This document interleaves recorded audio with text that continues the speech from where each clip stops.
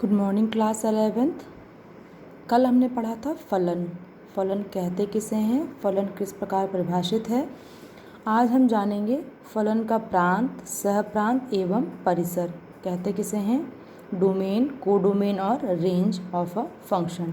ठीक, अगर हमने माना f एक सेट x से सेट y में क्या है, एक फंक्शन है। इसका मतलब क्या है, मैंने दो कंडीशन बताई थी कि x के सभी एलिमेंट्स के लिए y में एक और केवल एक ही प्रतिबिंब प्राप्त होगा। तो f क्या है, समुच्चय x से समुच्चय y में एक फलन है। इसको निरूपित इस प्रकार करते हैं, f from x to y।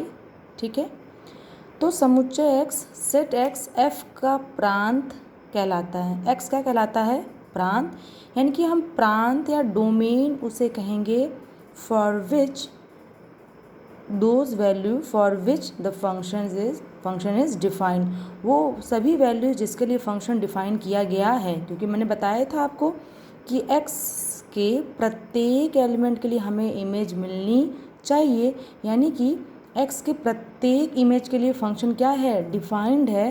तो f का प्रांत कौन कहलाएगा, x क्या बन जाएगा, f का प्रांत। ठीक है, और जिस सेट पर हमको इमेजेस प्राप्त होंगी उसे हम क्या कहेंगे, कोडोमेन। ठीक है, यानी कि x आपका डोमेन है और ये आपका कोडोमेन, अर्थात यह प्रांत है और यह सहप्रांत है। अब बात आती है एक नया शब्द, परिसर। परिसर किसे कहते हैं, परिसर को पढ़ने के पहले इस चित्र को हम अच्छे से देख लें। जैसे हमने कहा x से y में एक फंक्शन f डिफाइंड है। ठीक है, हम क्या देख रहे हैं, 1 की इमेज a मिली, जो कि एक ही इमेज मिल रही है, 1 और किसी की इमेज नहीं प्राप्त हो रही है 1 से। 2 के लिए हमने इमेज क्या प्राप्त की, a, यानी कि 2 के लिए भी हमें एक ही इमेज प्राप्त हो रही है। वो a ही है, उससे मतलब हमें नहीं है, हमें सिर्फ एक इमेज प्राप्त हो रही है, यानी कि 2 की इमेज हमें b प्राप्त या c d e कुछ प्राप्त नहीं हो रहा, केवल एक ही इमेज प्राप्त हो रही है। ऐसे 3 की इमेज हमें क्या प्राप्त हुई, b, 4 की इमेज क्या प्राप्त हुई, d, और 5 की इमेज क्या प्राप्त हुई, e, यानी कि सभी एलिमेंट्स के लिए हमें एक और केवल एक ही इमेज यानी कि प्रतिबिंब प्राप्त हो रहा है। लेकिन हम y को यदि गौर से देखें तो y में एलिमेंट कौन कौन है, a b c d e, 5 element है। ये क्या बनेंगे, सब के सब सहप्रांत बनेंगे। इनका समुच्चय, इन एलिमेंट्स का समुच्चय दैट इज़ y क्या बनेगा, कोडोमेन फॉर फंक्शन f का क्या बनेगा, कोडोमेन सहप्रांत।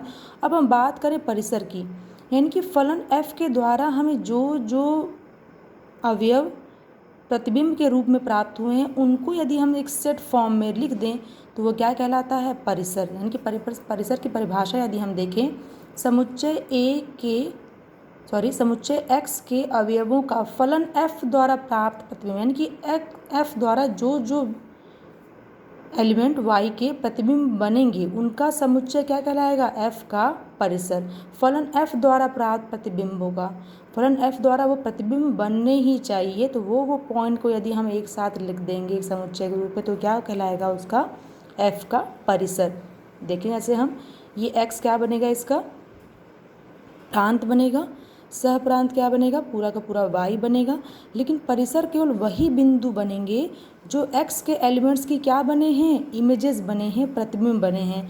तो ये मैंने लिखा है यहाँ पे, c को हम इस परिसर में नहीं डालेंगे, क्यों, क्योंकि c किसी भी अवयव का, किसके अवयव का, x के, तो x के किसी भी अवयव का प्रतिबिंब नहीं है। चूँकि c, यहाँ हम लिखते हैं c x के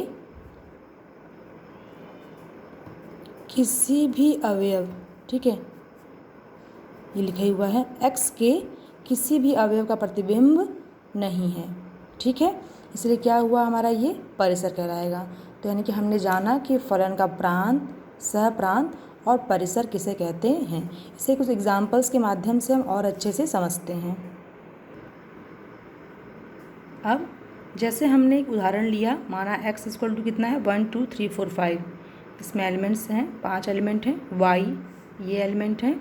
हमने एक फंक्शन डिफाइन किया x टू y, यानी कि f कहाँ से कहाँ डिफाइन है, f डिफाइन है x टू y।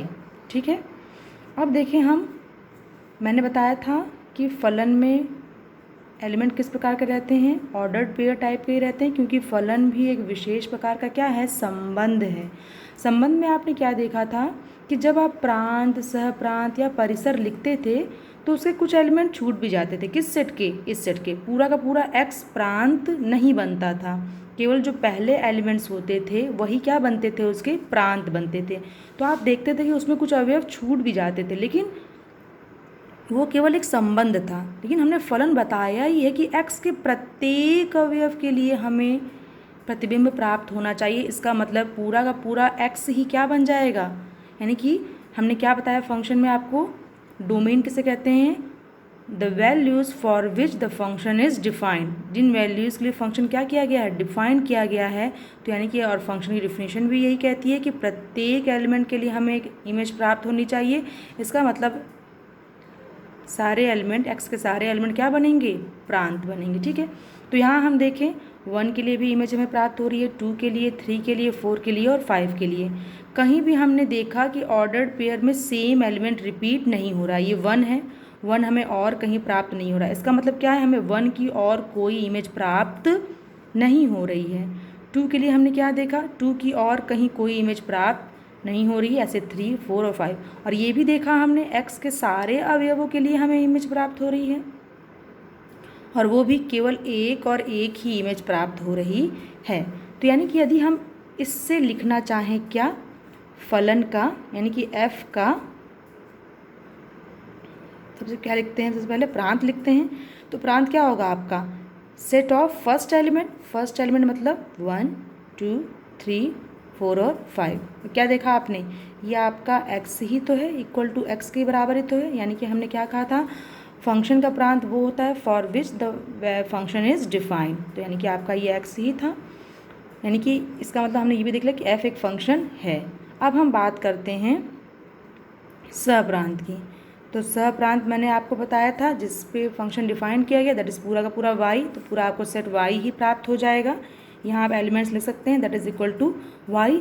अब बात आती है परिसर। तो ये सब क्या है? f का परिसर और f का प्रांत, ठीक है, सहप्रांत। तो यानी कि इसमें कौन एलिमेंट आएंगे? Second element. सेकेंड एलिमेंट यानी कि वही एलिमेंट तो f के लिए इमेज बने, f के द्वारा x के एलिमेंट की, मतलब एलिमेंट्स की वही तो इमेज बने। तो सेकेंड एलिमेंट क्या कहलाता था? प्रतिबिंब कहलाता था, मैंने आपको बताया है। तो 1, 0, 7, 9 और 13। तो 9 और 13 ये क्या बन गए? आपके परिसर बन गए। किसके? f के।